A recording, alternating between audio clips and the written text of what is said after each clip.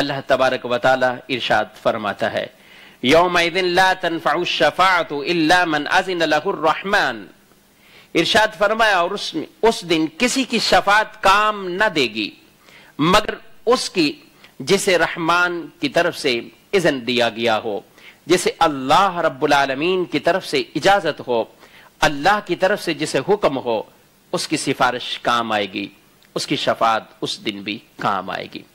ایک اور آیت مبارکہ میں اسی طرح کا بیان کیا گیا، مطلب متعدد آیات مبارکہ اس بارے میں کہ قیامت کے دن بھی شفاعت ہوگی مگر اللہ کی اجازت سے۔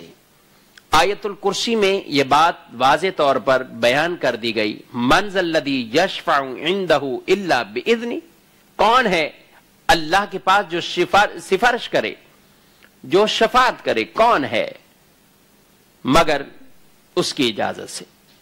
یعنی اس سے یہ بات واضح طور پر پتہ چلی اور واضح طور پر علم ہوا کہ اللہ کی اجازت کے بغیر شفاعت نہیں ہوگی، اللہ کی اجازت کے بغیر سفارش نہیں ہوگی، اور اللہ جسے چاہے، اللہ جسے اجازت عطا فرمائے وہ شفاعت بھی فرمائیں گے، اور اللہ کی اجازت سے، اللہ کے حکم سے شفاعت کا سلسلہ یہ ضرور ہوگا۔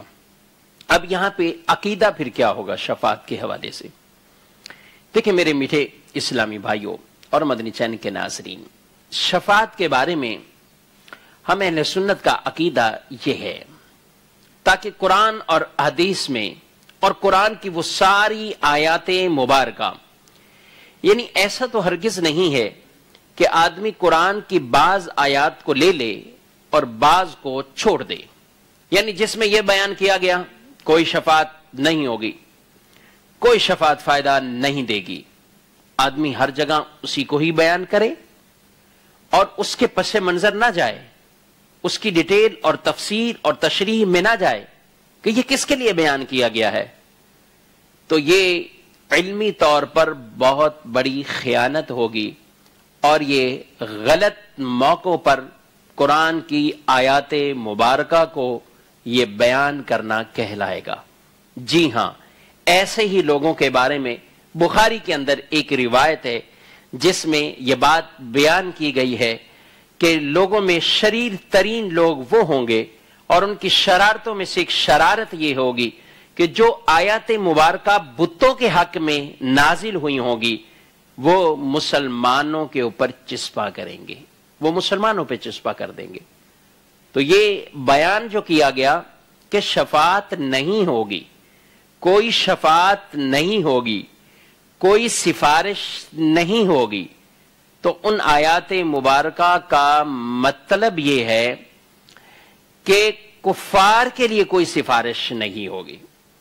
ان آیات مبارکہ کا مطلب یہ ہے کہ جن میں کہا کوئی شفیع نہیں بنے گا، اس سے مراد یہ کہ آج جو معبودان باطلہ بنائے ہوئے ہیں، شرک ٹھہرائے ہوئے ہیں، اللہ کے سوا کسی اور کو اپنا معبود اور خدا مانے ہوئے ہیں اور اس کی عبادت کرتے ہیں، قیامت کے دن یہ ان سے کچھ بھی ضرر کو دور نہیں کر سکیں گے، انہیں کچھ بھی فائدہ نہیں پہنچا سکیں گے۔ تو وہ سارا کچھ ان کے لیے بیان کیا گیا ہے، نہ کہ مسلمانوں کے بارے میں بیان کیا گیا ہے، نہ کہ اللہ کے رسول کے بارے میں بیان کیا گیا ہے، نہ کہ اولیاء صالحین کے بارے میں بیان کیا گیا ہے۔ ایسا ہرگز نہیں ہے۔ میں نے اتنی آیت مبارکہ تلاوت کرنے کا شرف حاصل کیا جس میں اللہ رب العالمین جل وعلا نے یہ چیزیں بیان فرمائی ہیں کہ سفارش شفاعت ہے مگر اللہ کی اجازت سے، اللہ کے اذن سے۔ تو اب عقیدہ شفاعت اس بارے میں مسلمانوں کا جو تسلسل کے ساتھ ہے، جو ہمیشگی کے ساتھ مسلمانوں میں چلتا ہوا آ رہا، جس پر عقیدہ رکھا ہوا ہے کہ الحمدللہ ہمارا یہ ایمان ہے، عقیدہ ہے کہ قیامت کے دن اللہ تبارک و تعالی اپنے پیارے حبیب صلی اللہ تعالی علیہ وآلہ وسلم کو منصب شفاعت عطا فرمائے گا، اور حضور صلی اللہ تعالی علیہ وآلہ وسلم قیامت کے دن سب سے پہلے آپ شفاعت فرمائیں گے، اور آپ صلی اللہ تعالی علیہ وآلہ وسلم کی شفاعت جب ہوگی تو اس کے بعد آگے انبیاء بھی، پھر اولیاء بھی، صالحین بھی، شہداء بھی، حجاج بھی، حج مبرور کرنے والے بھی، حفاظ بھی، شہید بھی، علماء بھی، صلحاء بھی، حتیٰ کہ بچے بھی اپنے ماں باپ کے لیے شفاعت کریں گے، بچے بھی اپنے ماں باپ کے لیے سفارش کریں گے۔ ذرا یہ بتائیے کہ وہ بچہ، کچا بچہ جس کے بارے میں یہ کہا گیا کہ یہ اپنے رب سے جھگڑا کرے گا، یہ اپنے رب سے گویا کہ اپنے ماں باپ کے بارے میں اپنے رب سے جھگڑا کرے گا کہ میرے ماں باپ کو بخشا جائے، تو اس بچے کو کہا جائے گا کہ اپنے ماں باپ کو لو اور جنت میں داخل ہو جاؤ۔ تو کچا بچہ یہ جب شفاعت کرے گا تو نبی سچا وہ کیوں نہیں شفاعت فرمائیں گے؟ نبی سچے بھی شفاعت فرمائیں گے۔ تو بچے جہاں شفاعت بھی کریں گے، جس کو دینی کوئی اس طرح کے منصب ملے ہیں وہ بھی شفاعت کریں گے۔ تو اللہ کے رسول صلی اللہ علیہ وآلہ وسلم کا مقام اور مرتبہ آپ کا تو سب سے بلند اور بالا ہے، اور آپ سید الانبیاء ہیں، امام الانبیاء ہیں۔ آپ کو سب سے پہلے یہ مقام اور مرتبہ عطا فرمایا جائے گا۔ نبی رحمت صلی اللہ علیہ وآلہ وسلم سے پوچھا گیا، ترمذی شریف کی حدیث مبارک ہے، آپ صلی اللہ علیہ وآلہ وسلم سے پوچھا، یا رسول اللہ صلی اللہ علیہ وآلہ وسلم، یہ مقام محمود کیا ہے جس کے بارے میں قرآن مجید فرقان حمید یہ بیان فرما رہا ہے؟ عسیٰ ان یبعثک ربک مقاما محمودا، اللہ آپ کو مقام محمود پر مبعوث فرمائے گا۔ یہ کیا ہے مقام محمود؟ تو آپ صلی اللہ علیہ وآلہ وسلم نے فرمایا، یہ شفاعت، یہ شفاعت ہے، وہ منصب شفاعت ہے، یہ مجھے شفاعت عطا فرمائی جائے گی جو اللہ تعالیٰ قیامت کے دن مجھے عطا فرمائے گا۔ آپ صلی اللہ علیہ وسلم کی حدیث مبارک ہے، انا اول شافع یوم القیامہ، میں قیامت کے دن سب سے پہلے میں ہی شفاعت کرنے والا ہوں گا اور میری ہی شفاعت کو قبول کیا جائے گا۔ یہ حضور صلی اللہ تعالی علیہ وآلہ وسلم نے اپنے بارے میں ارشاد فرمایا۔ ایک اور حدیث پاک نبی کریم صلی اللہ تعالی علیہ وآلہ وسلم نے آپ نے ارشاد فرمایا کہ ہر نبی کے بارے میں آپ نے جہاں اپنی خصوصیات کو بیان فرمایا کہ مجھے یہ عطا فرمایا گیا، یہ عطا فرمایا گیا جو مجھ سے پہلے کسی کے لیے نہ تھا، اپنی چند خصوصیات کو بیان فرمایا، وہاں آپ صلی اللہ علیہ وسلم نے اس بات کو بھی بیان فرمایا کہ یہ شفاعت بھی ان میری خصوصیات میں سے ہے، یعنی پہلا منصب شفاعت، سب سے پہلے شفاعت فرمانا یہ آپ صلی اللہ تعالی علیہ وآلہ وسلم کی خصوصیات میں سے ہے۔ حضور اکرم صلی اللہ تعالی علیہ وآلہ وسلم نے فرمایا کہ مجھے یہ اختیار دیا گیا کہ میں اپنی امت میں سے آدھی امت کو یا تو بخشوا لوں یا میں شفاعت حاصل کر لوں، مجھے یہ اختیار دیا گیا اس کے درمیان، یعنی یا آدھی امت کو بخشوا لوں اور یا آدھی یا میں شفاعت حاصل کر لوں۔ تو نبی رحمت صلی اللہ علیہ وآلہ وسلم فرماتے ہیں کہ میں نے شفاعت کو حاصل کر لیا، میں نے شفاعت کو اختیار کیا، یعنی اس چیز کو اختیار نہیں کیا کہ میری آدھی امت کو بخش دیا جائے، اس کو میں نے اختیار نہیں کیا، میں نے شفاعت کو لے لیا۔ کیوں؟ فرمایا شفاعت اس سے عام ہے، اس سے عام ہے، اور وہ تو شفاعت ہوگی تو وہ آدھی سے بھی زیادہ بخشے جائیں گے، یعنی جتنا چاہیں گے وہ شفاعت عام ہے، اور یہ ایک خاص لمٹ کے ساتھ ہے کہ آدھی امت بخشی جائے گی، لیکن حضور صلی اللہ علیہ وسلم فرماتے ہیں میں نے شفاعت کو اختیار فرمایا۔ ایک اور حدیث اللہ کے رسول صلی اللہ علیہ وآلہ وسلم نے ارشاد فرمایا کہ ہر نبی کے لیے ایک دعا ہے، ہر نبی کے لیے، ویسے نبی مستجاب الدعوا ہوتے ہیں لیکن ایک خصوصی دعا ہر نبی کو عطا فرمائی گئی۔ ہر نبی کو فرمایا ایک دعا ہے ہر نبی کے لیے. اللہ کے رسول صلی اللہ علیہ وآلہ وسلم فرماتے ان نبیوں نے اس دعا کو مانگا اور کہا کہ میں نے بروز قیامت اپنی امت کے لیے شفاعت کی دعا کر لی ہے. میں نے اس دعا میں کیا مانگا ہے؟ اپنی امت کے لیے شفاعت کی میں نے دعا کو مانگ لیا ہے. اللہ اکبر. یہ نبی پاک صلی اللہ علیہ وآلہ وسلم آپ کی اس امت سے پیار بھی دیکھیے. آپ کا اپنی اس پیاری امت کے ساتھ ایک خصوصی لگاؤ بھی دیکھیے. آپ اپنی امت میں بڑے غمگین رہا کرتے تھے. اپنی امت کے غم میں اپنے آنسو کو بہاتے تھے. جب بھی کوئی تکلیف یا کوئی ایسی درد والی کیفیت سامنے آتی آپ کو اپنی امت کے درد اور تکلیف یاد آ جاتی. جب بھی حضرت جبریل امین کو جہنم کی وعید لے کر نازل ہوتے تو آپ صلی اللہ علیہ وآلہ وسلم امت کو یاد فرماتے اور پھر آپ صلی اللہ علیہ وآلہ وسلم روتے. اور ایک مرتبہ تو آپ اتنا روئے کہ اللہ تبارک و تعالی نے حضرت جبریل امین کو نازل فرما دیا اور پوچھنے کے لیے بھیج دیا کہ میرے محبوب صلی اللہ علیہ وآلہ وسلم سے پوچھا جائے کہ آپ کیوں رو رہے ہیں, آپ کیوں اتنا غمگین ہیں, آپ کیوں اتنا افسردہ ہیں. اللہ کے رسول صلی اللہ علیہ وآلہ وسلم نے ارشاد فرمایا امت کے غم میں, قیامت کے دن امت کی پریشانی میں یہ غم والی کیفیات, یہ رونا, یہ امت کے لیے ہے. اللہ اکبر. تو حضور صلی اللہ علیہ وآلہ وسلم کو یہ بشارت عطا فرمائے گی وَلَسَوْفَ يُعْطِيكَ رَبُّكَ فَتَرْضَىٰ. آپ کا رب اتنا عطا فرمائے گا فَتَرْضَىٰ, آپ راضی ہو جائیں گے. تو حضور کیا فرمانے لگے, ایسا معاملہ ہے تو پھر میں اس وقت تک راضی نہیں ہوگا جب تک میرا ایک امتی بھی جہنم میں اگر داخل ہو. اللہ اکبر. یہ آپ کا اپنی امت کے ساتھ پیار بھی ہے, آپ کا اپنی امت کے ساتھ محبت بھی. آپ دیکھیے کہ نبی رحمت صلی اللہ علیہ وسلم دنیا میں تشریف لائے تو اپنی امت کا زبان پر رب حبلی امتی ہے.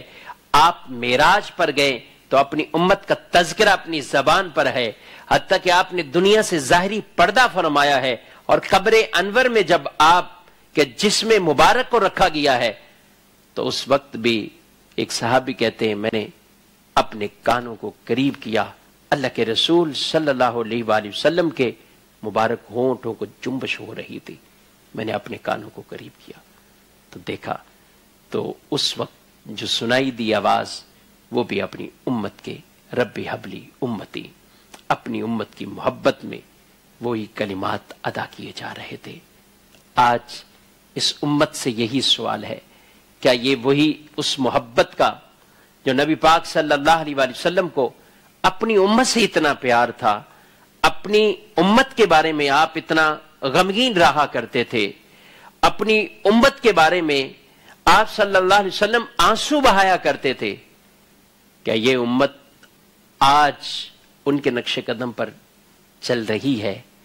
کیا یہ امت آج انہی چیزوں پر واقعی قائم ہے جن کے لیے آقا صلی اللہ علیہ وسلم دنیا میں مبعوث ہوئے تھے, جو آقا صلی اللہ علیہ وسلم تعلیمات لے کر آئے تھے, جو آقا صلی اللہ علیہ وسلم پر نازل ہوا تھا؟ کیا آج امت انہی معاملات پر قائم ہے یا کسی اور طرف مشغول ہو گئی ہے؟ یہ فیصلہ میں نے اور آپ نے سب نے اپنے نامہ اعمال کو دیکھ کر کرنا ہے, اپنی روزمرہ کی زندگی کے معاملات کو دیکھ کر کرنا ہے.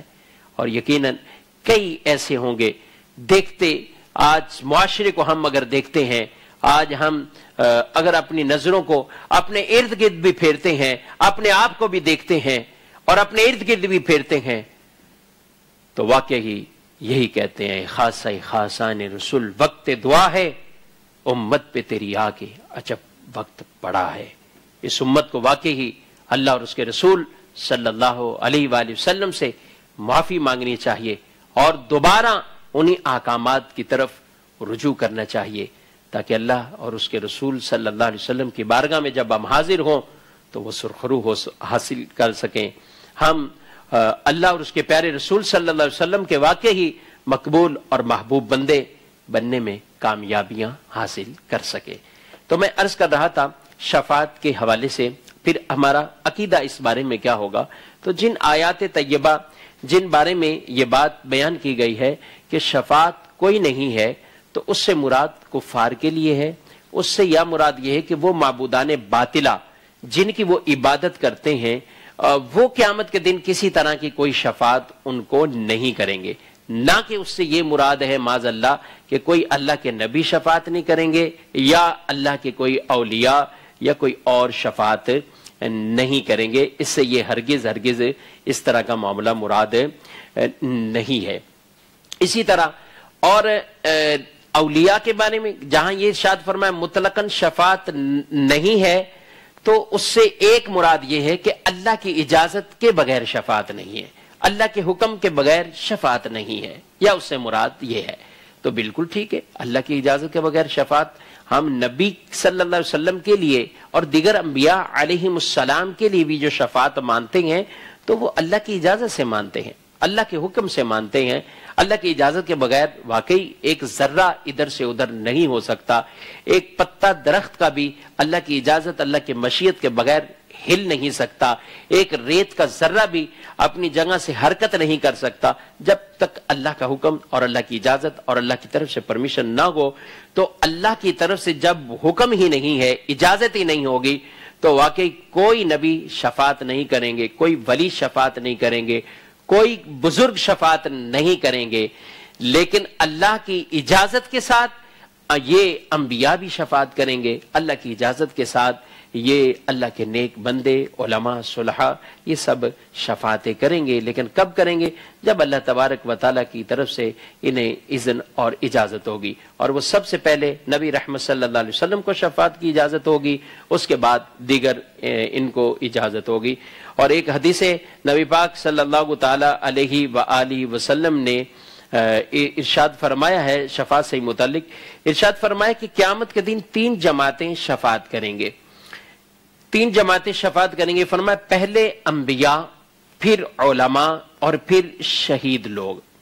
پہلے انبیاء شفاعت کریں گے، پھر علماء کریں گے اور پھر شہداء یہ شفاعت کریں گے۔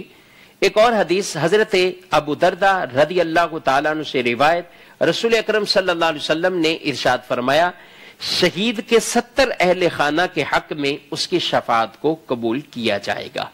یعنی یہ شہید اپنے اہل خانہ میں سے 70 افراد کی وہ شفاعت کریں گے اور ان کی شفاعت کو ان کے اہل خانہ کے حق میں اللہ تعالیٰ قبول فرمائے گا۔ تو پہلے انبیاء کریں گے، پھر علماء کریں گے، پھر شہداء کریں گے۔ اب یہ آگے جب اذن اجازت جن جن کے لیے ہوتی جائے گی جو روایات میں بیان کیا گیا وہ انشاءاللہ العزیز اللہ کے حکم اور اللہ کی اجازت سے وہ شفاعت کریں گے۔ ایک اور حدیث پاک بالکل مشہور حدیث پاک اور متعدد کتب کے اندر یہ حدیث موجود ہے، اور بالخصوص سیاستہ میں کہ جس حدیث پاک کے حوالے سے کہ قیامت کے دن لوگ پریشان ہوں گے، لوگوں کا حساب کتاب شروع نہیں ہو رہا ہوگا، اور اس وقت جسے شفاعت کبریٰ کہا جاتا ہے، اسی پریشانی کے عالم میں لوگ ادھر ادھر وہ پھر رہے ہوں گے کہ اب کوئی ایسا معاملہ ہو جائے کہ ہمیں اس سے چھٹکارا مل جائے، حساب کتاب شروع ہو جائے۔ اللہ اکبر!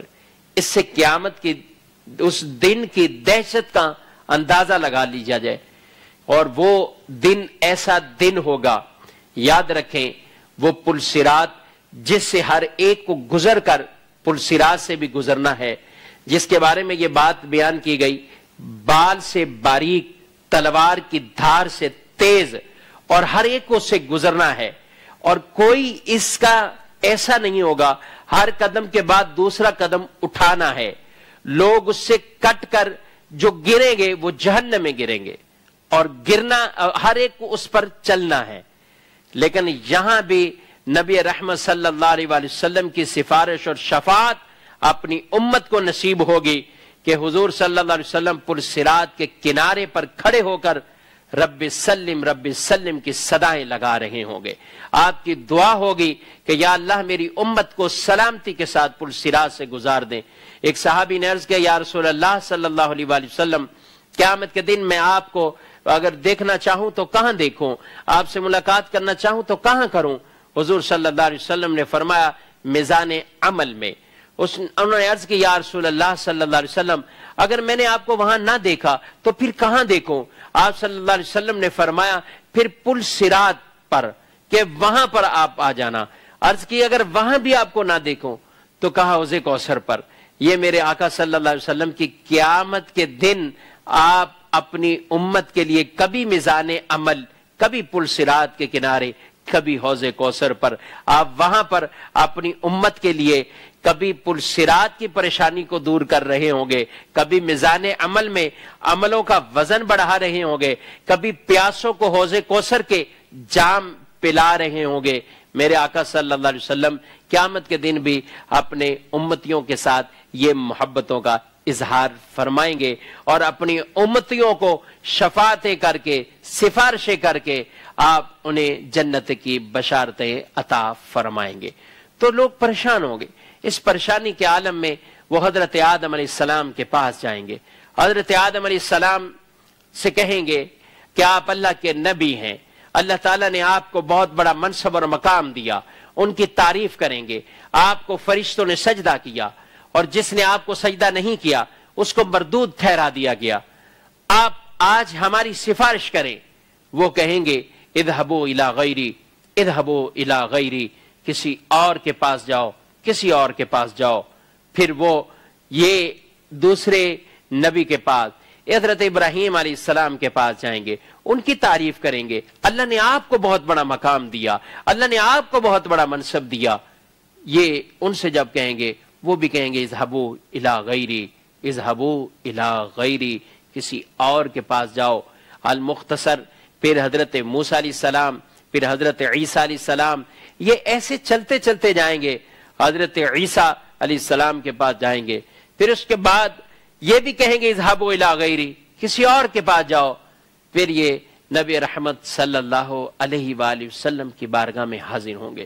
پورا میدان محشر یہ حضور صلی اللہ تعالی علیہ وآلہ وسلم کے گویا کے قدموں میں حاضر ہو جائیں گے اور حضور اکرم رحمت عالم صلی اللہ علیہ وآلہ وسلم سے شفاعت کا سوال کریں گے. حضور سے شفاعت کے سوالی بنیں گے. آپ سے سوال کریں گے. آقا صلی اللہ تعالی علیہ وآلہ وسلم آپ یہ نہیں فرمائیں گے اذهبوا الى غیری, بلکہ میرے آقا صلی اللہ علیہ وآلہ وسلم کیا فرمائیں گے؟ انا لہا, انا لہا. کہیں گے سارے نبی اذهبوا الى غیری, میرے حضور کے لب پر انا لہا ہوگا. یعنی حضور فرمائیں گے انا لہا, یہ منصب شفاعت اللہ نے مجھے عطا فرمایا ہے. پھر حضور سفارش کریں گے. اور کیسی سفارش کریں گے؟ آپ اپنا سر مبارک سجدے کے اندر رکھیں گے اور ایسی اللہ کی حمد بیان کریں گے. اور پھر اتنا طویل وہ سجدہ ہوگا کہ اللہ کی طرف سے حکم ہو جائے گا یا محمد ارفع راسک, اے محمد صلی اللہ علیہ وسلم کیجئے, آپ کی شفاعت کو قبول کیا جائے گا. آپ صلی اللہ علیہ وسلم پھر شفاعت فرمائیں گے اور پھر حضور صلی اللہ تعالی علیہ وآلہ وسلم کی شفاعت ہوگی. اور آپ صلی اللہ علیہ وسلم کی جب شفاعت ہوگی اور پھر گویا کہ باب شفاعت کھلے گا اور آپ کی شفاعت کے ساتھ شفاعت کا دروازہ کھلے گا اور پھر دیگر انبیاء کو بھی شفاعت کا سلسلہ ملے گا. پیش حق مژدہ شفاعت کا سناتے جائیں گے, آپ روتے جائیں گے, ہم کو ہنساتے جائیں گے. کچھ خبر بھی ہے فقیروں, آج وہ دن ہے کہ وہ نعمت خلد اپنے صدقے میں لٹاتے جائیں گے. خاک افتادو بس ان کے آنے ہی کی دیر ہے, خود کو گر کے سجدے میں تم کو اٹھاتے جائیں گے, خود کو گر کے سجدے میں تم کو اٹھاتے جائیں گے. نبی رحمت صلی اللہ علیہ وسلم پھر شفاعت فرمائیں گے۔ آج اس عقیدے کو اپنے اندر مضبوطی سے تھامنے کی ضرورت ہے۔ ایسی باتوں پہ کان نہ دھرے جائیں جو معاذ اللہ ایسی آیات کو جو یا تو بتوں کے بارے میں یا کفار کے بارے میں یا ان میں یہ تعویل ہے کہ اللہ کے حکم کے بغیر شفاعت نہیں ہوگی، ان کو اس طرح چسپا کر دینا کہ کوئی شفاعت ہی نہیں ہوگی، کچھ بھی نہیں ہوگا، اور شفاعت کا ہی سرے سے انکار کر دینا، یہ بہت بڑی غلطی ہے، اور یہ غلط قرآن اور حدیث کی تشریحات ہیں۔ آج لے ان کی پناہ، آج مدد مانگ ان سے، آج لے ان کی پناہ، آج مدد مانگ ان سے، پھر نہ مانیں گے، قیامت کے دن گھر مان گیا۔ اور امت کے لیے پیغام یہ ہے، جس آقا صلی اللہ علیہ وآلہ وسلم نے اس امت کے لیے اتنے آنسو کو بہایا، اس امت کے لیے اتنے غمگین ہوئے، اس امت کے لیے اتنی غمگین کیفیات کے اندر اپنے دنوں کو بسر کیا، راتوں کو بسر کیا، آج یہی امت وہ اعمال کے اندر معاذ اللہ مبتلا ہے جو آقا صلی اللہ علیہ وسلم کو دکھ پہنچانے والے، جو آقا صلی اللہ علیہ وآلہ وسلم کو تکلیف پہنچانے والے۔ تو اپنے اعمال کو ہمیں ضرور دیکھنا چاہیے۔ بہت سے ایسے لوگ بھی ہیں، ایک ذہن میں سوال آ سکتا ہے، جب شفاعت ہونی ہے تو آدمی گناہ ہی کرتا رہے، شفاعت ہو جائے گی، بخشے جائیں گے۔ یہ بہت بڑی یہ غلطی ہے، یہ بہت بڑی غلطی ہے۔ اگر کوئی اچھا ڈاکٹر، اچھا طبیب مل جائے جو آپ سے یہ کہے کہ فکر نہ کرو، آپ کو جب بھی کبھی کوئی معاملہ ہو، آپ کا علاج معالجہ میرے ذمے ہے، میں فری آپ کا سب معاملہ کر دوں گا، تو کیا آدمی اس امید پر اب ساری احتیاطیں چھوڑ دے، جہاں کہیں وہ گاڑی ٹھوک دے، ایکسیڈنٹ کر دے، اپنی ٹانگ بازو توڑوا لے اور کہے کہ میں تو ڈاکٹر سے میری پورا رابطہ ہے اور ڈاکٹر مجھے ٹھیک کر دے گا؟ یہ عقل مند کے لیے یہی ایک جملہ سمجھانے کے لیے کافی ہے۔ شفاعت ضرور ہوگی، لیکن شفاعت کی امید پر گناہوں کے اندر مبتلا نہیں رہنا چاہیے۔ اعمال وہ کرنے چاہیے جو اپنے نبی صلی اللہ علیہ وآلہ وسلم کو راضی کرنے والے ہو۔ اللہ کریم رب العزت جل وعلا مجھے، آپ کو، سب کو ان باتوں پر عمل کرنے کی توفیق عطا فرمائے۔